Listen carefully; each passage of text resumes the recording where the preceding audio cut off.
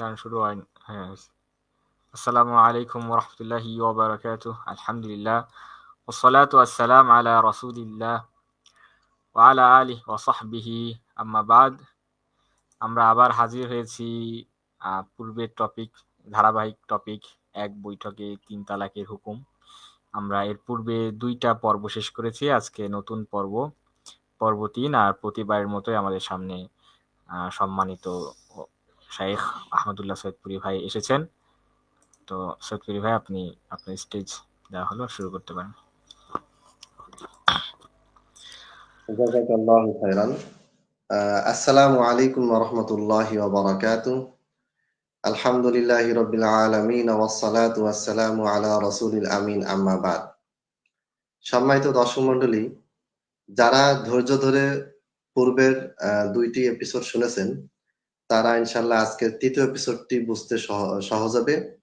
এবং আমরা আগেই বলেছি যে আমাদের এই এপিসোডগুলি অনেক দীর্ঘ হবে। কারণটা হচ্ছে তালাকের ২টা মাসলা নিয়ে খুব বেশি ইখতিলাফ হয়েছে, খুব বেশি বিতর্ক হয়েছে। একটা হচ্ছে হায়েজ অবস্থায় তালাক দিলে হবে কিনা, আর আরেকটা হচ্ছে ৩ তালাক একত্রে দিলে ৩ তালাক হবে কিনা। যেহেতু এখানে উভয় পক্ষেরই সহি দলিলগুলি আছে, একই দলিল উভয়ের পক্ষে কম বেশি, আবার উভয় পক্ষের কিছু দলিল আছে, কিছু জয়ীফ কিছু সহি। আবার সহি বুখারীর দলিল উভয় পক্ষ পেশ করেছে, সহি মুসলিমের দলিল উভয় পক্ষ পেশ করেছে। এজন্য এটা সংক্ষেপে অল্প কথায় বোঝানো মুশকিল। অল্প কথায় বলা যাবে, মূল পয়েন্টটা বলা যাবে, মূল বিধানটা ২-৪ লাইনে বলা যাবে। কিন্তু এক পক্ষের দলিল আরেক পক্ষের দলিল, যখন ২ পক্ষের দলিলই আমাদের পাঠকরা বা দর্শকরা দেখছেন, তখন তারা বিভ্রান্ত হয়ে যাচ্ছেন। বারবার আবার প্রশ্ন আসতেছে, মনে প্রশ্ন করতেছেন। তো এগুলো আমরা তো হোয়াটসঅ্যাপে, মেসেঞ্জারে বা বিভিন্নভাবে আমরা জবাব দিয়েছি। কিন্তু লাইভে আমরা এটা একটা ধারাবাহিক পর্ব আকারে দলিল প্রমাণগুলি আপনাদের সামনে আমরা পেশ করে যাচ্ছি, যেন পরবর্তীতে এই বিষয়গুলি আমাদেরকে প্রশ্ন না করলেও আপনারা এই লাইভগুলি দেখে যেন উত্তর পেয়ে যান। সেজন্য আমরা এটাকে আরো এটা দীর্ঘায়িত হবে। যতদূর প্রয়োজন মনে করব আমরা, ততদিন এটার এপিসোড চলতে থাকবে। আর আপনাদেরকে এর জন্য ধৈর্য ধরার জন্য অনুরোধ জানাচ্ছি। আচ্ছা, আমরা সূরা বাকারার ২ টা আয়াত আলোচনা করেছি। ১ম এ একটা আয়াত ছিল আত-তালাকু মাওয়াতান। এটা আমরা আলোচনা করেছি। এরপরে বিগত এপিসোডে, মানে ২য় এপিসোডে আমরা যে আয়াতটি আলোচনা করেছি সেটা হচ্ছে সূরা তলাকের ১ নম্বর আয়াত। ৬৫ নম্বর সূরা, আয়াত নম্বর ১। ইয়া আইয়ুহান নাবিয়্যু ইযা তাল্লাকতুমুন নিসা ফাতাল্লিকুহুন্না লিইদ্দাতিহিন্না। এটা আমরা আলোচনা করেছি এবং এটার ব্যাখ্যায় সহিহ বুখারী থেকে একটি হাদিস পেশ করেছি। ওই আয়াতেরই ব্যাখ্যায় আরেকটি আ আ রিওয়ায়াত আমি পেশ করব। সেটা হচ্ছে যে ইমাম ইসমাইল বিন ইসহাক আল কাজী আল জাহজামি, যিনি ২৮২ হিজরিতে মারা গেছেন, তার একটি তাফসির আছে, তাফসির আহকামুল কোরআন। আহকামুল কোরআন নামে ২ টা তাফসির আছে। একটা হচ্ছে ইমাম আবু বকর আল জাসসাস হানাফি রাহিমাহুল্লাহ, আর আরেকটা হচ্ছে ইমাম আল জাহদমি। এই জাহদমি, যার পুরো নাম হচ্ছে ইসমাইল বিন ইসহাক আল কাজী। কাজী মানে তিনি বিচারপতি ছিলেন, তাই তার নামের শেষে কাজী উপাধি আছে। তার লিখিত এইখানে সূরা তলাকের ১ নম্বর আয়াতের ব্যাখ্যায় এখানে একটি রিওয়ায়াত আছে। সেটা হচ্ছে হাদ্দাসানা হাজ্জাজ ইবনুল মিনহাল ওয়া হাফস ইবনু উমারা ওয়া সুলাইমান ইবনু হারব ওয়াল লাফযু লিহাজ্জাজ ক্বালা হাদ্দাসানা শু'বাতু ক্বালা আখবারানি আবু ইসহাক ক্বালা সামি'তু আবাল আহওয়াসি ক্বালা, অর্থাৎ আবুল আহওয়াস তিনি বলেছেন যে ইয়া আইয়ুহান নাবিয়্যু ইযা তাল্লাকতুমুন নিসা ফাতাল্লিকুহুন্না লিইদ্দাতিহিন্না। হে নবী, তুমি যদি তোমার স্ত্রীদেরকে তালাক দিতে চাও তাহলে তাদের ইদ্যতের ভিতরে তালাক দাও। এই যে আয়াতটা, এই আয়াতটার তাফসিরে তিনি বলেছেন, আবুল আহওয়াস তিনি বলছেন যে আত-তালাকু লিল-ইদ্দাতি আন তুতাল্লিকাহা ওয়া হিয়া তাহিরুন। ইদ্যতের ভিতরে তালাক দেওয়া বলতে পবিত্র অবস্থায় তাকে তুমি তালাক দিবে, সুম্মা তাদাআহা, অথবা তুমি তাকে ছেড়ে দিবে, হাত্তা তানকাদিয়া ইদ্দাতুহা, তার ইদ্যত পূর্ণ হওয়া পর্যন্ত, আও তুরাজিআহা, অথবা তুমি তাকে ফেরত নিবে, ইন শিকতা, যদি তুমি তাকে চাও। আচ্ছা, এটা গেল। এইখানে একটা জিনিস বোঝা গেল যে আও তুরাজিআহা ইন শিকতা, যদি তুমি তাকে চাও ফেরত নিবা। এখন ৩ তালাক, এক বৈঠকে ৩ তালাক দিলে ৩ তালাক যদি হয়ে যায়, তাহলে কিন্তু ফেরত নেওয়ার কোনো অপশন থাকে না। তার মানে এই আবুল আহওয়াস রাহিমাহুল্লাহ তাবে ছিলেন, তিনি মূলত আব্দুল্লাহ বিন মাসউদের কথা এখানে উল্লেখ করেছেন যে ক্বালা আব্দুল্লাহ, আব্দুল্লাহ বিন মাসুদ রাদিয়াল্লাহু তাআলা আনহু বলেছেন। এরপর কি বলেছেন যেটা এবার বললাম, যে আত-তালাকু লিল ইদ্দাতি আন তুতাল্লিকাহা ওয়া হিয়া তাহির। আচ্ছা, এই যে রিওয়ায়াতটা, এই রিওয়ায়াতটা সনদ সহিহ, এটা ইমাম সনদ সহিহ। এখানে আবু ইসহাকের তাদলিজ আছে, তবে তিনি এটার তাসরিহ সামা মানে হাদিস শ্রবণের বিষয়টি উল্লেখ করেছেন। আমি তাহকিকে যাচ্ছি না, এটা সাধারণ জনগণের জন্য যেহেতু এই ভিডিও। তো এটা প্রমাণ করে, আব্দুল্লাহ বিন মাসুদ রাদিয়াল্লাহু তাআলা আনহুর এই ব্যাখ্যাটা প্রমাণ করে, এটা ইমাম তাবরানীও বর্ণনা করেছেন 9613 নম্বর হাদিস। সেটা হচ্ছে যে কোন ব্যক্তি তালাক দিলে সে যদি চায় তাকে ছেড়ে দিবে, অথবা সে যদি চায় তাকে ফেরত নিবে। তো এই যে ফেরত নিবে, এটা কখন সম্ভব? যখন তালাকটা এক তালাক পতিত হবে, একটা তালাক পতিত হবে। সেটা প্রথমবার হোক আর দ্বিতীয়বার হোক। প্রথমবার এক তালাক হয়েছে, ফেরত নিতে পারবে। দ্বিতীয়বার আরেক তালাক দিয়েছে, এই একটাই পতিত হবে, মানে দ্বিতীয় নংটা পতিত হবে।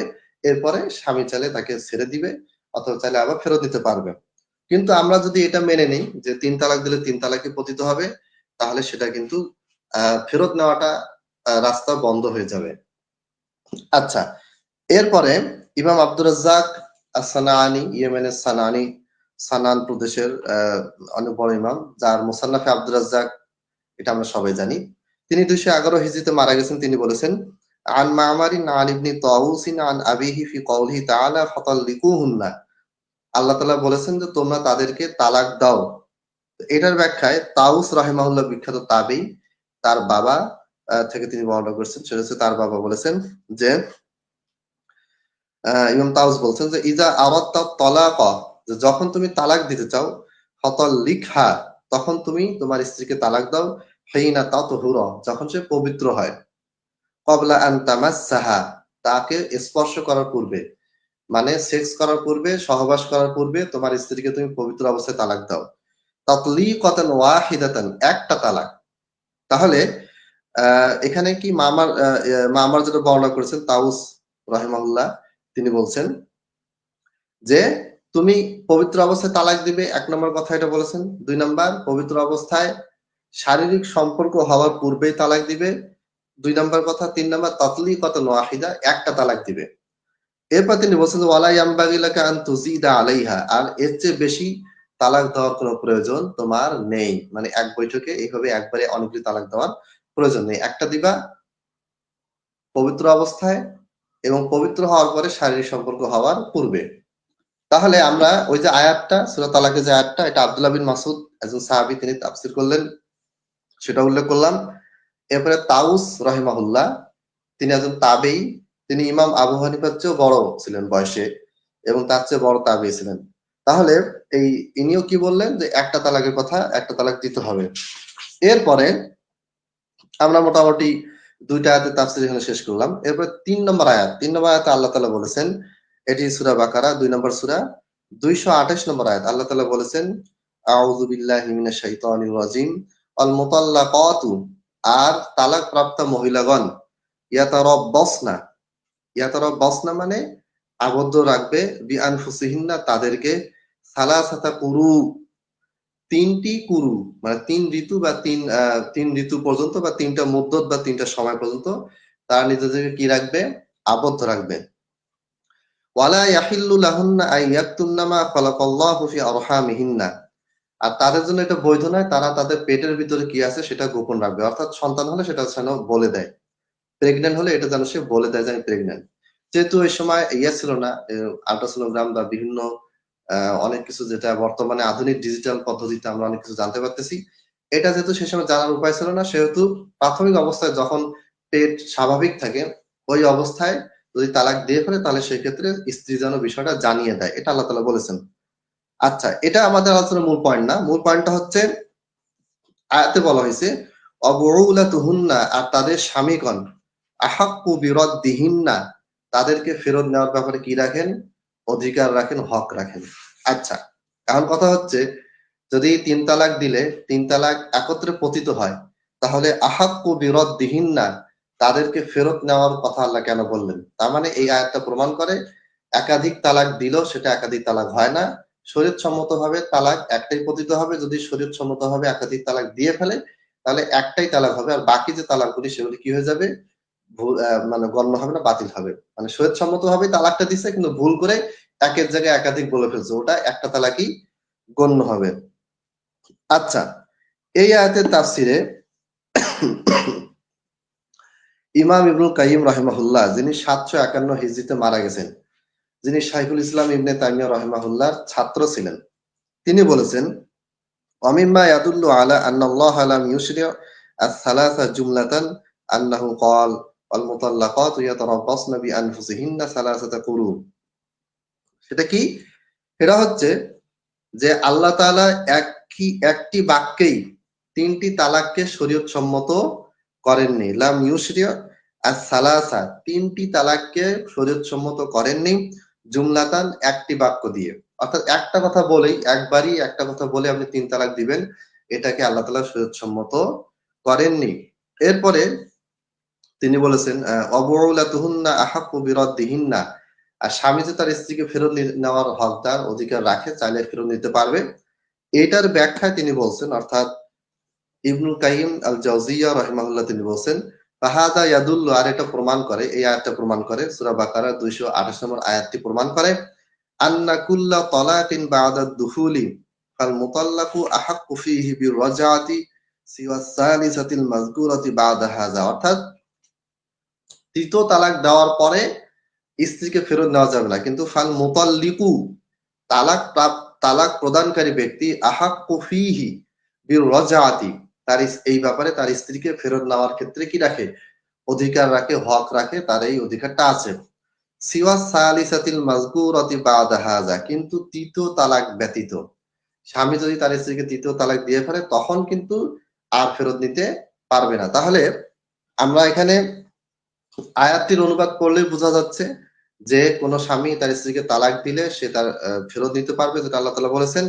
আর এটা আমরা সবাই জানি, যদি আমরা তিন তালাকে গণ্য করি, তাহলে কখনোই সেই স্ত্রীকে আর ফেরত নেওয়া যায় না, যেটা ইবনুল কাইয়িম আল জাওজিয়া রাহিমাহুল্লাহ তিনি কি করেছেন?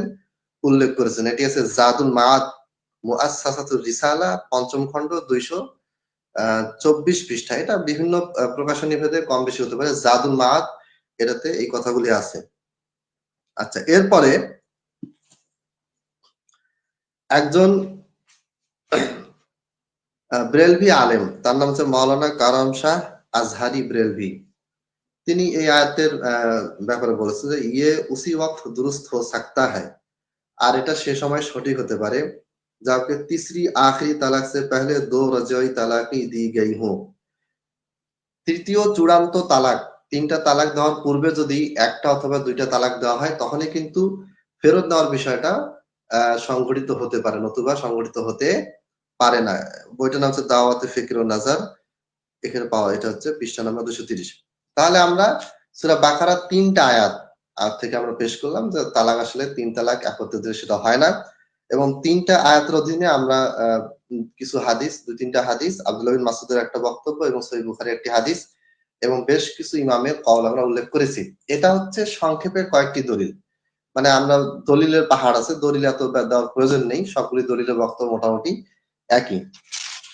এবার আমরা আজকে তৃতীয় পর্বে আমরা দ্বিতীয় ভাগে চলে যাব। দ্বিতীয় ভাগ বলতে হাদিস থেকে দলিল। হাদিস থেকে দলিলের ভিতরে সর্বপ্রথম যে হাদিসটা আমরা ইবনে আব্বাস থেকে বর্ণিত, এটা আমরা পেশ করব, এবং এই হাদিসটার উপর অনেক অভিযোগ, মানে যখন কোন হাদিস মাযহাবের বিপক্ষে যায়, তখন যেভাবেই হোক এটাকে জয়ীফ, দুর্বল, গ্রহণযোগ্য, অগ্রহণযোগ্য বানানোর জন্য যত পন্থা অবলম্বন করা দরকার করতে হবে। সহিহ বুখারীতে রফুল আদানের হাদিস আছে, ওটাকে কোনোভাবে দুর্বল প্রমাণ করা যায়নি, এটাকে এখন মানসুখ বানাও, যে আগে ছিল এখন নেই। আর মানসুখ বানানো হচ্ছে কোন হাদিস দিয়ে? আব্দুল্লাহ বিন মাসুদের বর্ণিত একটা হাদিস, যেটা সনদের দুর্বলতা আছে, যেটার মতনেও কোনো স্পষ্ট কোনো বক্তব্য নেই। তিরমিজি, আবু দাউদে যে হাদিসটা আছে, যেটা আমরা আলোচনা করেছি, আমাদের ভিডিওতে আছে, ইউটিউবে আছে।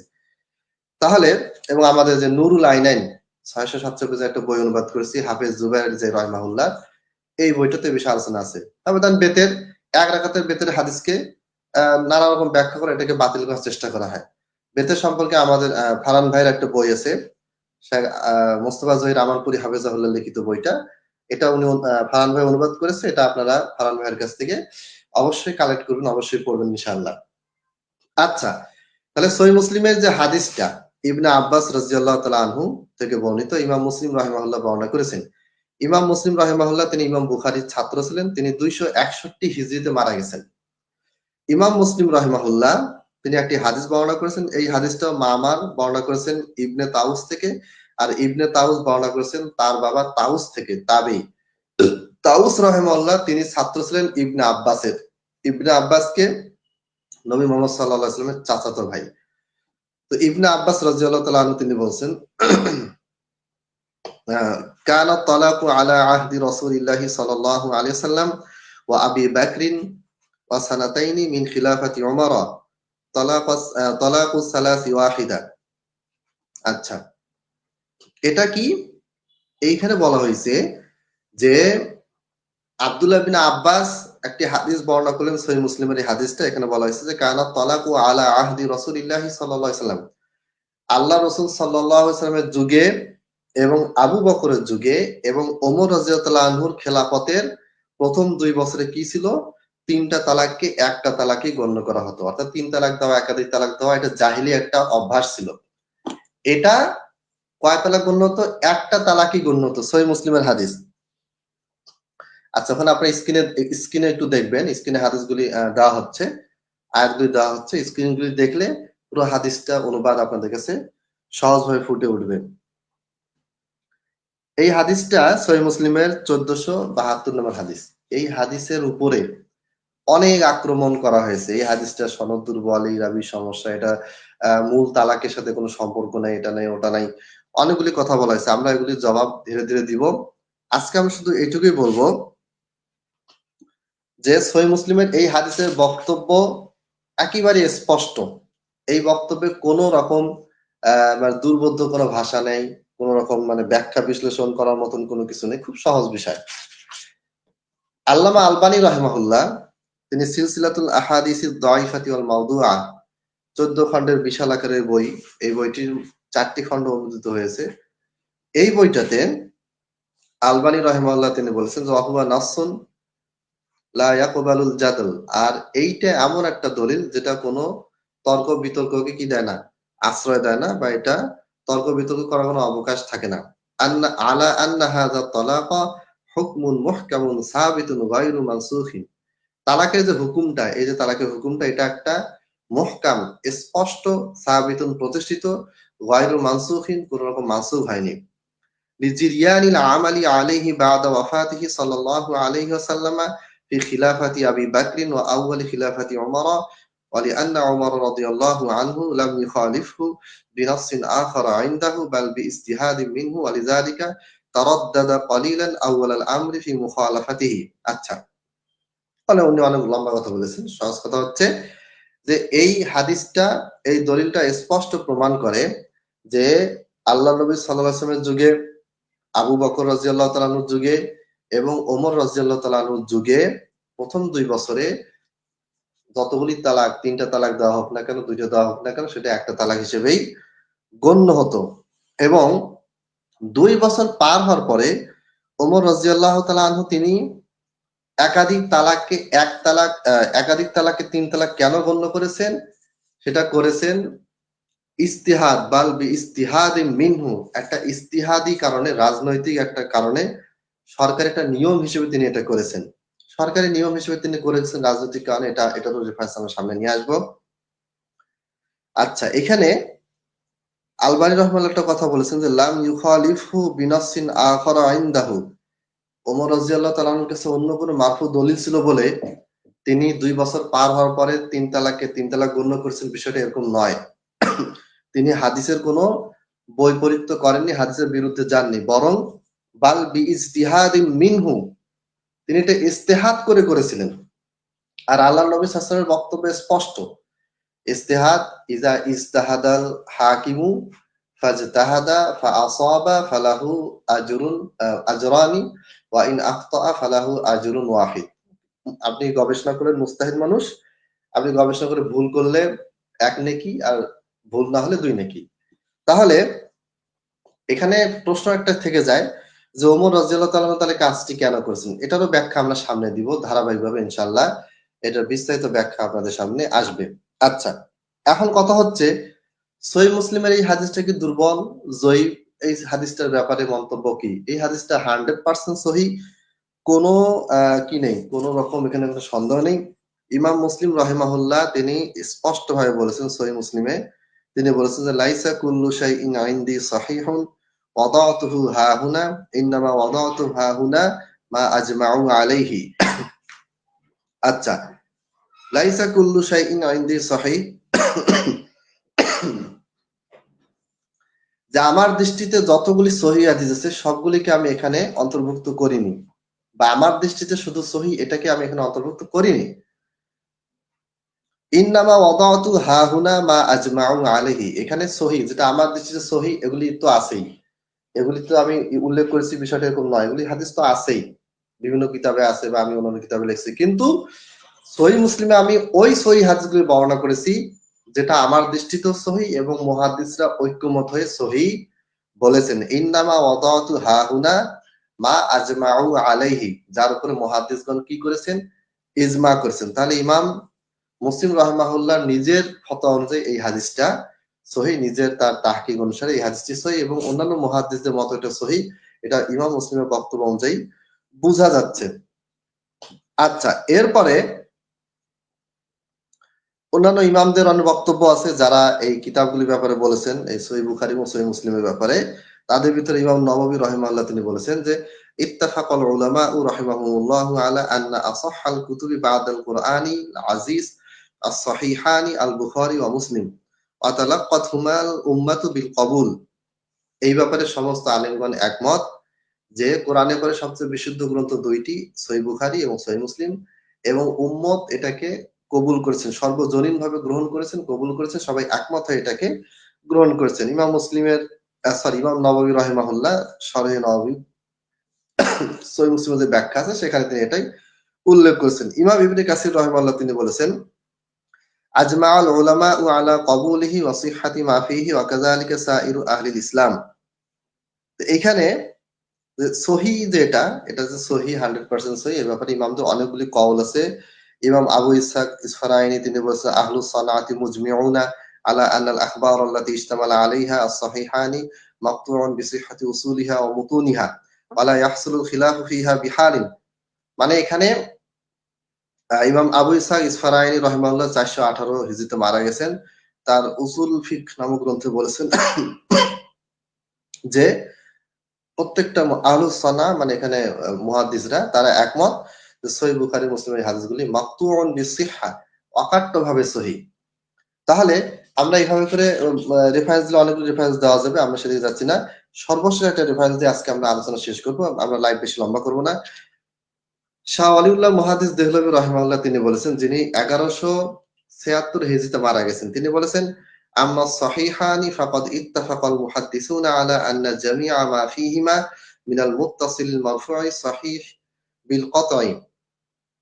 আম্মা সহিহানি সহিহ বুখারী এবং সহিহ মুসলিমে যে হাদিসগুলি আছে, ফাকাদ ইত্তাফাকাল মুহাদ্দিসুনা, মুহাদ্দিসগণ একমত হয়েছেন যে আলা আন্না জামিআ মা ফীহিমা মিনাল মুত্তাসিল মারফু, এই দুই কিতাবে যতগুলি মুত্তাসিল মারফু হাদিস রয়েছে সবগুলি সহিহুন বিল কতই, একেবারে নিশ্চিতভাবে সহিহ। আর যেহেতু আব্দুল্লাহ বিন আব্বাস তিনি আলা আহদি রাসূলিল্লাহ বলেছেন, তার মানে এটা হচ্ছে হুকমান মারফু, অর্থাৎ মারফু হাদিস দুই প্রকার, মারফু হাকিকি, মারফু হুকমি। এটা হচ্ছে মারফু হাদিস। আর শাহ ওয়ালিউল্লাহ মুহাদ্দিস দেহলভী তিনি বলেছেন সহিহ বুখারী এবং সহিহ মুসলিম প্রত্যেকটা মুত্তাসিল মারফু হাদিস নবী সাল্লাল্লাহু আলাইহি ওয়াসাল্লাম পর্যন্ত অবিচ্ছিন্ন সনদে নবী পর্যন্ত পৌঁছেছে, এরকম সমস্ত হাদিস সহিহ বুখারী এবং মুসলিমের এই হাদিসগুলি সহিহ। এর বাইরে কিছু মাওকুফ, মাকতু, মুআল্লাক, মুদরাজ কিছু কথা আছে, সেগুলি জয়ীফ হতে পারে, ওগুলি নিয়ে তো কোনো সন্দেহ নেই। মানে ওগুলা যে 100% সহিহ এটা কিন্তু ইমাম বুখারীও বলেন নাই, ইমাম মুসলিমও বলেন নাই। ইমাম বুখারী এবং ইমাম মুসলিম তারা এই মুত্তাসিল মারফু হাদিসের ব্যাপারে তারা বলেছেন এটা সহিহ, এবং সমস্ত মুহাদ্দিস একমত হয়েছেন যে হ্যাঁ, এই মুত্তাসিল মারফু হাদিসগুলি সহিহ। তাহলে আজকে আমরা যেটা বললাম সেটা হচ্ছে যে ইমাম মুসলিম রাহিমাহুল্লাহ নিজে সহিহ বলেছেন, অন্যান্য মুহাদ্দিসরাও এটাকে সর্বজনীনভাবে সহিহ বলেছেন। তবে নেক্সটে আমরা কি কি অভিযোগ আছে, কোন কোন রাবির উপর অভিযোগ আছে, সেটার উপর আমরা স্পেসিফিক ভাবে খাস ভাবে আলোচনা করব। আরেকটা ইয়া দেই, উদ্ধৃতি দেই, আসলে উদ্ধৃতি অনেক লম্বা হয়ে যাচ্ছে। সেটা হচ্ছে দেওবন্দীদের অত্যন্ত বড় মাপের আলেম সরফরাজ খান সফদর দেওবন্দি, তার ব্যাপারে যদি আপনার ফতোয়া দারুল উলুমে জিজ্ঞাসা করেন বা ফতোয়াগুলি দেখেন যে তারা ওনার ভূয়সী প্রশংসা করছেন এবং উনি অনেক বড় মাপটা আলিম ছিলেন, এটা সত্য কথা। তিনি বলেছেন, और उम्मत का इस पर इजमा और इत्तिफाक है कि बुखारी और मुस्लिम दोनों की तमाम रिवायती सही है। আহসানুল কালাম প্রথম খণ্ড 187 পৃষ্ঠা। আহসানুল কালাম এটা সূরা ফাতিহা পড়তে হবে কিনা এটার উপর লেখা 2 খণ্ডের বই। প্রথম খণ্ডটা প্রায় 550 পৃষ্ঠা 600 পৃষ্ঠার মতো, আর দ্বিতীয় খণ্ডটা 200 পৃষ্ঠা, মোট 800 পৃষ্ঠা। এটার জবাবে ইরশাদুল হক আসারি হাফেজাহুল্লাহ তার একটা বই আছে তাওজিহুল কালাম। তাওজিহুল কালামের প্রথম খণ্ডটা আমি অনুবাদ করেছি, দ্বিতীয় খণ্ডটা সময় পাইনি, ইনশাআল্লাহ আল্লাহ তৌফিক দিলে পরবর্তীতে করব। আচ্ছা, তাহলে সরফরাজ খান সফদর দেওবন্দি তিনি কি বললেন, আর উম্মাত কা ইস पर ইজমা और ইত্তিফাক है। উম্মত এই ব্যাপারে ইজমা করেছে এবং ইত্তিফাক একমত হয়েছে কে যে বুখারী আর মুসলিম দোনো কি तमाम रिवायती सही है। বুখারী এবং মুসলিমের সমস্ত রিওয়ায়াত সহিহ। সমস্ত বলতে মুত্তাসিল মারফু যতগুলি রিওয়ায়াত আছে সবগুলি সহিহ। আহসানুল কালাম, এটা আহসানুল কালাম লিস সফদর সরফরাজ খান সফদর দেওবন্দি লিখে সার্চ করলে আপনারা নেটে পেয়ে যাবেন। আমার ল্যাপটপে কম্পিউটারে এই বইটা আছে, কেউ যদি চান তা আমি এটা হোয়াটসঅ্যাপে এবং মেসেঞ্জারে দিতে পারবো। তাহলে সম্পূর্ণ বক্তব্যের সারাংশ এটাই যে আমরা সহিহ বুখারীর ৩য় নাম্বার একটা আয়াত পেশ করলাম, সেটার ব্যাখ্যা আমরা কিছু তাফসীর পেশ করছি হাদিস থেকে, সহিহ বুখারী থেকে, তারপরে তাবারানী থেকে, এবং কিছু ইমামের কওল উল্লেখ করেছি। 2 নাম্বার আমরা সহিহ মুসলিম থেকে ইবনে আব্বাসের একটা হাদিস বর্ণনা করেছি যে হাদিসটা 100% সহিহ, কোনো সন্দেহ নেই। কিন্তু এই হাদিসটার উপরে বেশ কিছু অভিযোগ আনা হয়েছে। সেই অভিযোগের জবাব হিসেবে আমরা একটা পয়েন্ট আজকে উল্লেখ করলাম, সেটা হচ্ছে যে সহিহ বুখারী এবং সহিহ মুসলিমের মারফু হাদিসগুলি সহিহ হওয়ার ব্যাপারে সমস্ত উম্মত ইজমা করেছে, একমত হয়েছে। তার অনেকগুলি অসংখ্য উদ্ধৃতি আছে, কয়েকশো উদ্ধৃতি দেওয়া যাবে। আমরা প্রায় 2-3টা হাতে গোনা কয়েকটা উদ্ধৃতি আপনাদের সামনে পেশ করলাম। ইনশাআল্লাহ আমরা এরপরে কোন কোন রাবীকে নিয়ে কি সমস্যা এবং এই হাদিসের উপরে কি কি অভিযোগ আছে সেটা নিয়ে আপনাদের সামনে আমরা আবার আসবো। ততদিন পর্যন্ত আপনারা অপেক্ষায় থাকুন এবং আমাদের জন্য দোয়া করুন যেন আমরা দ্রুত এই বিষয়গুলি আরো লাইভে নিয়ে আসতে পারি। আল্লাহ তাআলা আমাদেরকে বুঝার তৌফিক দান করুন। আমি এখানে শেষ করছি। ওয়া আখিরু দাওয়ানা আনিল হামদুলিল্লাহি রাব্বিল আলামিন। জি, তাহলে এখানে আমরা শেষ করছি। আর একটা বিষয় হচ্ছে কোরআনের আয়াতের যে তাফসির বা এটার ব্যাখ্যাটা জানতে গেলে আপনাদের কাছে দ্বিতীয় পর্বটাও দেখা জরুরি, অর্থাৎ যেটা দ্বিতীয় পার্টটা এসেছে। হ্যাঁ, হ্যাঁ। মানে আমাদের হ্যাঁ, আলোচনা দ্বিতীয় ধারাবাহিকভাবে না দেখলে এটা ৩য় পর্বটা হঠাৎ করে দেখে পরিপূর্ণভাবে হ্যাঁ বুঝে আসার কথা না। হ্যাঁ, আর তৃতীয় পর্বে আমরা আজকে কেবল হাদিসের মানের ব্যাপারে উস্তাদ আলোচনা করেছেন। এবার হাদিসের উপরে যেগুলো ইশকাল আছে, সমস্যাগুলো উল্লেখ করা হয় মতনের অর্থগতভাবে ইত্যাদি, ইনশাআল্লাহ সামনে আলোচনা হবে। তাহলে এ পর্যন্ত, আশা করি আপনার পূর্বের পর্বগুলোও দেখবেন। তাহলে আজকে আমরা এখানেই সমাপ্ত করছি। সুবহানাকাল্লাহুম্মা বিহামদিকা আশহাদু আল্লা ইলাহা ইল্লা আনতা আস্তাগফিরুকা ওয়া আতুবু ইলাইক। আসসালামু আলাইকুম ওয়া রাহমাতুল্লাহি ওয়া বারাকাতুহু।